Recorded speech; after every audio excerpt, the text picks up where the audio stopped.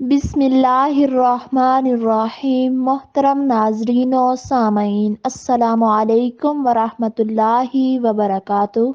कलमा तैयबा पढ़ने वाले के लिए 7 बड़े इनाम। कलमा तैयबा पढ़ने की फजीलत।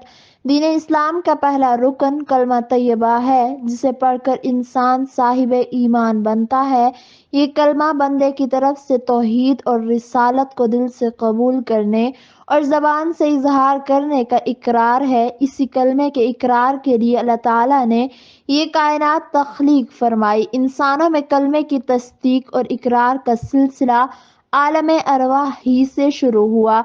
इसके मुतालिक इरशाद बारी ताला है, और ए महबूब याद करो जब तुम्हारे रब ने औलाद आदम की पुश्त से उनकी नस्ल निकाली और उन्हें खुद इन पर गवाह किया, क्या मैं तुम्हारा रब नहीं?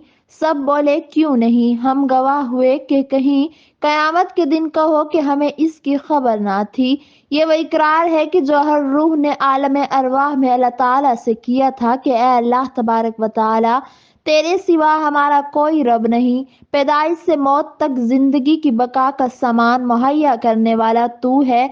तू ही रोजी देने वाला है, तू ही हमारी हिफाजत करने वाला है। बस जब इंसान की बका के लिए अल्लाह की रहमत दरकार है तो फिर हर किस्म की हम्द सना और इबादत का मुस्तहिक भी अल्लाह ताला ही है। फिर अल्लाह ताला के सिवा किसी और को माबूद ना माना जाए। नाजरीन, आप ये जानकर हैरान रह जाएंगे कि इस कलमे को अगर रोजाना पढ़ें तो क्या बरकतें मिलती हैं। जो शख्स रोजाना इस कलमे को पढ़ता है तो इसको 7 इनामात मिलते हैं। जो रात और दिन यानी पूरे 24 घंटे को मिलाकर 1000 मर्तबा इस कलमे को पढ़ता है तो उसको 7 इनाम मिलते हैं। नंबर 1, जब नज़ा का आलम होता है, यानी कि जब इंसान का आखिरी वक्त होता है और रूह निकलने वाली होती है, तो वो बहुत ही मुश्किल वक्त होता है। इस वक्त इंसान बहुत तकलीफ में मुब्तला होता है कि जब उसकी रूह निकाली जाती है। तो इस वक्त में जो इंसान अपनी जिंदगी में इन कलमात का यानी कलमा तैयबा का विर्द करता रहता है, तो मौत के वक्त जब उसकी रूह निकाली जाएगी तो उस वक्त उस पर आसानी पैदा कर दी जाएगी, यानी कि उसकी रूह आसानी से निकाली जाएगी। नंबर 2, दुनिया में हम मुसलमान कहलाए जा रहे हैं, मगर हमारा खातिमा अगर ईमान पर ना हुआ तो सब का सब यही धरा का धरा रह जाएगा। तो लिहाजा जो शख्स 24 घंटे मिलाकर इन कलमात का विर्द करता रहता है तो उसका खातिमा ईमान पर होगा। वो इस दुनिया से ईमान की हालत में जाएगा, वो ईमान से लबरेज होकर जाएगा। इसलिए अच्छे खात्मा और खात्मा बिल खैर के लिए हम दुआएं करते हैं। तो इस तरह जो शख्स इस कलमे का इन कलमात का विर्द करे तो इंशाअल्लाह उसका खातिमा ईमान पर होगा। नंबर 3, कब्र को उसके लिए कुशादा कर दिया जाएगा। एक मुर्दे की जो कब्र होती है उसकी इतनी ज्यादा जगह नहीं होती, बस सिर्फ मुर्दा उसमें लेटा रहता है। तो जब इंसान इन कलमात का विर्द करता रहे तो इंशाअल्लाह वो देखेगा कि उसकी कब्र को उसके लिए कुशादा कर दिया गया है, तो कब्र उसके लिए खुली कर दी जाएगी और कब्र में हर किस्म के अजाब से उसे महफूज रखा जाएगा। नंबर 4, सबका इस बात पर ईमान है कि कब्र में मुनकिर और नकीर सवालात के लिए आते हैं।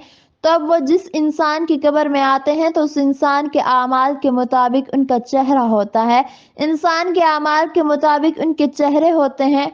मोमिन के पास जब वो सवाल करने के लिए जाते हैं तो उनका चेहरा अच्छा होता है, और जब वो किसी गुनाहगार के पास जाते हैं या बेईमान काफिर के पास जाते हैं तो उनका चेहरा बड़ा भयानक और डरावना होता है। तो जो शख्स जिंदगी में हर रोज 1000 मर्तबा इस कलमे का विर्द करेगा तो इंशाअल्लाह कब्र में मुनकिर और नकीर उसके सामने अच्छी सूरत में तशरीफ ले आएंगे और उनसे डर और वहशत भी महसूस नहीं होगी। नंबर 5, कयामत के दिन जब हर बंदे को उसका नामा आमाल दिया जाएगा तो कुछ लोग ऐसे होंगे कि जिनका नामा आमाल उनके दाहिने हाथ में दिया जाएगा तो वो कामयाब लोग होंगे, और कुछ लोग वो होंगे कि जिनका नामा आमाल बाएं हाथ में दिया जाएगा। तो जो शख्स रोजाना इन कलमात का यानी कलमा तैयबा का विर्द करता रहता है तो इंशाअल्लाह कयामत के दिन उसका नामा आमाल उसके दाएं हाथ में पेश किया जाएगा।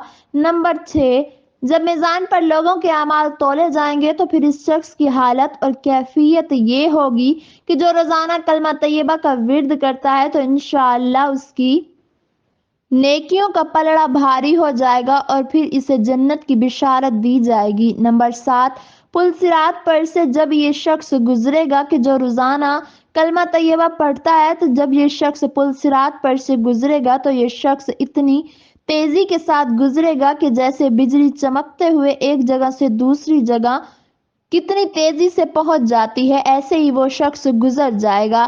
نبی کریم صلی اللہ علیہ وآلہ وسلم نے ارشاد فرمایا کہ جو شخص 70,000 مرتبہ اس کلمے کو پڑھے گا تو دوزخ کی آگ کو اس پر حرام کر دیا جائے گا۔ سب نبیوں نے اہل دنیا کو کلمہ طیبہ کی دعوت دی، صرف فرق اتنا ہے کہ ہر نبی کی رسالت اس کے اپنے زمانے تک تھی، جبکہ نبی کریم صلی اللہ علیہ وآلہ وسلم کی رسالت تا قیامت جاری رہے گی۔ کلمے کا پہلا جز ہر نبی کی دعوت میں وہی ہے جو اللہ نے کہا ہے۔ کلمے کے دوسرے جز میں رسول اللہ صلی اللہ علیہ وآلہ وسلم کی رسالت کا اقرار ہے۔ اب جو شخص اس کلمے کو مانے وہی سرخرو ہے۔ موجودہ دور میں حضور صلی اللہ علیہ وآلہ وسلم کے لائے ہوئے کلمے کے علاوہ کسی سابقہ نبی کا کلمہ پڑھنا باعث نجات نہیں۔ کلمہ طیبہ ہی میں تمام مصائب کا حل، مشکل کشائی، اس میں اعظم اور برکات و خیر مضمر ہے۔ اس کے بغیر انسان سب کچھ بن سکتا ہے مگر جنتی نہیں۔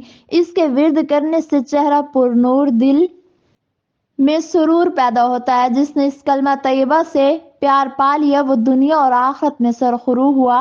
اسی لیے مسلمان ہر فرض نماز کے بعد بآواز بلند اس کلمہ طیبہ کا ورد کرتے ہیں، اپنے گناہوں سے نجات کا سامان بناتے ہیں۔ اسی لیے وفات کے قریب شخص کو کلمہ طیبہ پڑھنے کی تلقین کی جاتی ہے، اس ورد پر راغب کیا جاتا ہے، کیونکہ جس کو وقت نزا کلمہ طیبہ نصیب ہو گیا اس کی بخشش و مغفرت یقینی ہو گئی۔ آج بھی اگر مسلمان کی زندگی اس کلمے کے مطابق بن جائے تو اللہ تبارک و تعالیٰ کی مدد اسی طرح آ سکتی ہے جس طرح صحابہ کرام رضی اللہ تعالیٰ عنہ پر اترتی تھی۔ کلمہ بھی وہی ہے اور اس کا مفہوم اور مقصد بھی وہی ہے، لیکن کلمہ پڑھنے والے کے دل بدل چکے ہیں۔ آج گناہوں کی کثرت کی وجہ سے ہمارے دل سیاہ ہو چکے ہیں اور ہم اللہ تعالیٰ کی ذات اور صفات کو بھول چکے ہیں۔ آج مسلمانوں کے زوال کی سب سے بڑی وجہ یہ ہے کہ ہماری معاشرت، معیشت، سیاست، غرض کی زندگی کے تمام پہلو کلمے کے مطابق نہیں ہیں۔ ہم اپنی منمانی کی زندگی گزار رہے ہیں اور اسی وجہ سے ہمارے ساتھ اللہ کی مدد اور نصرت نہیں ہے۔ اگر ہم آج بھی کلمے کے مطابق عمل کرنے والے بن جائیں تو ہمارے اوپر بھی صحابہ کرام رضی اللہ تعالیٰ عنہ جیسی اللہ کی مدد اتر سکتی ہے۔